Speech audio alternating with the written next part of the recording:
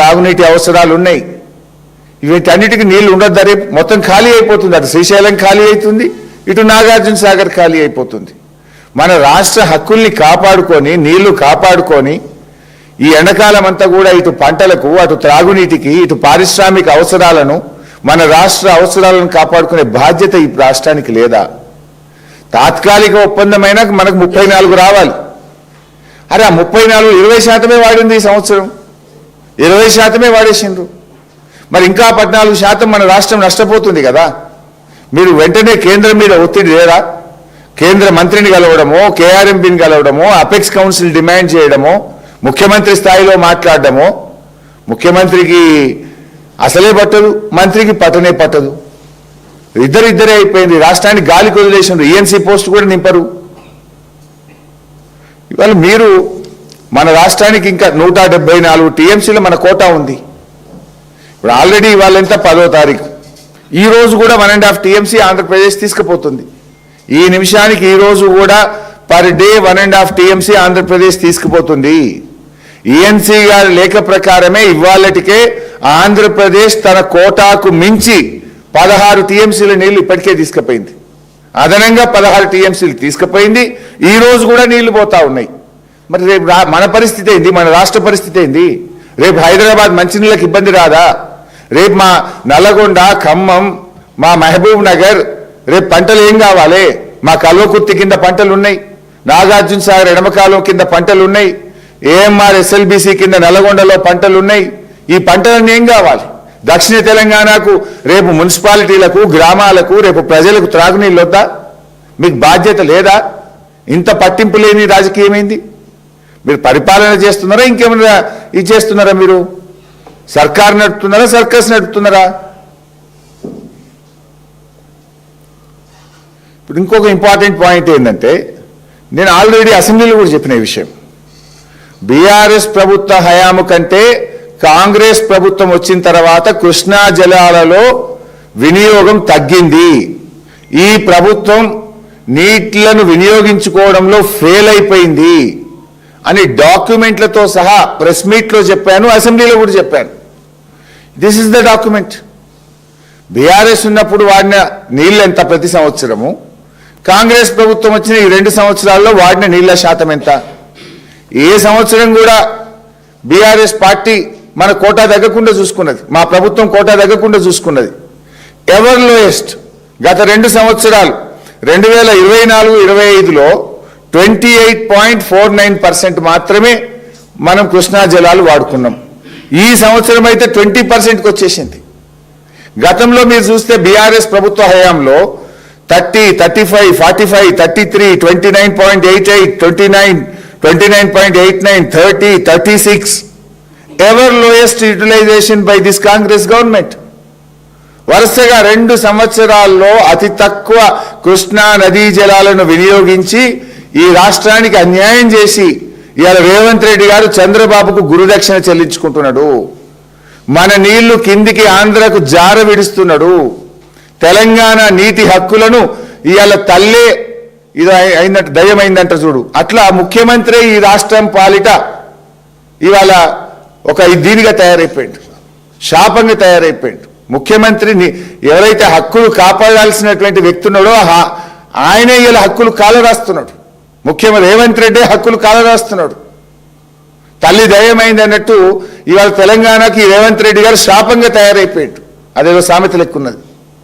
ఇంత దుర్మార్గమా? మన బీఆర్ఎస్ కంటే ఇవాళ ప్రాజెక్టులు పెరిగినాయి. ఇయర్ ఆన్ ఇయర్ మేము ప్రాజెక్టులు కట్టినాం. నీటి వినియోగం పెరగాలన్నా తగ్గుద్దా? ప్రాజెక్టులు కట్టుకుంటున్నా పోయిద్ది కృష్ణా మీద, పెండింగ్ ప్రాజెక్టులు పూర్తయినా కొద్దీ అవసరాలు పెరుగుతాయి, ఆయకట్టు పెరుగుతుంది. దుర్మార్గం ఏంటంటే మీ పాలనలో ఈ 2 సంవత్సరాల్లో నీటి వాడకం తగ్గుముఖం పట్టింది. This is a total failure and negligence of Congress government. This is a total failure of the chief minister.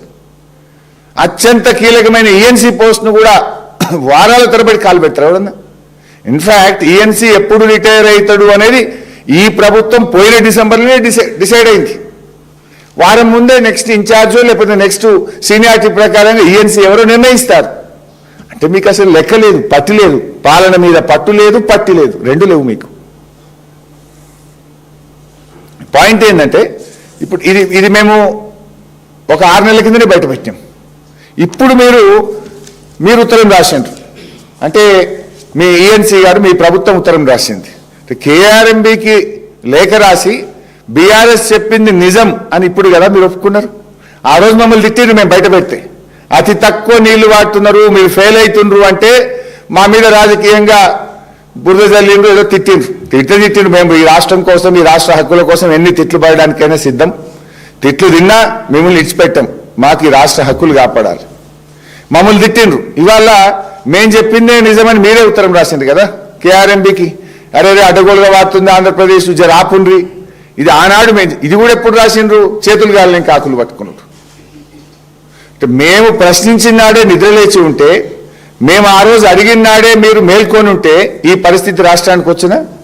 80% నీళ్లు ఆంధ్రప్రదేశ్ తీసుకునే పరిస్థితి ఎవరు కల్పించిండ్రు? మీరు నిద్రపోవడం వల్ల. మేము ఆనాడు మేము ప్రశ్నించిన నాడే, 6 నెలల కింద మేము చెప్పిన నాడే మీరు బాధ్యతగా వ్యవహరించి ఉంటే, అధికారులకు స్పష్టమైన ఆదేశాలు ఇచ్చుంటే, మీరు జాగ్రత్తగా వ్యవహరించుంటే ఇవాళ ఈ రాష్ట్రానికి ఇంత నష్టం అవుతుండేనా అని నేను అడుగుతా ఉన్నా. నామమాత్రంగా లేఖలు రాయడం తప్ప మీరు చేస్తున్నదైతే ఏం లేదు.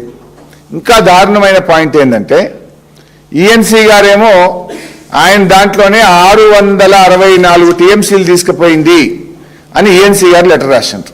664 టీఎంసీ. ఇది యాజ్ ఆన్ 664 టీఎంసీలు 29 జనవరి 2026 అని రాసిండ్రు. అదే ఈఎన్సీ గారేమో 664 అన్నాడు. కేఆర్ఎంబి ఆంధ్రప్రదేశ్కి ఉత్తరం రాసింది. అంటే కేఆర్ఎంబి వ్యవహారము బీజేపీ ప్రభుత్వ వ్యవహారం ఎట్లుంది అంటే, కేఆర్ఎంబి అంటది 555 టీఎంసీలు తీసుకుపోయింది అని కేఆర్ఎంబి అంటది. 555. ఇది డేట్ ఎన్నడు? 6 ఫిబ్రవరి, లేటెస్ట్ 6 ఫిబ్రవరి 2026 నాడు కేఆర్ఎంబి ఆంధ్రప్రదేశ్కి రాసింది. ఏమంటది?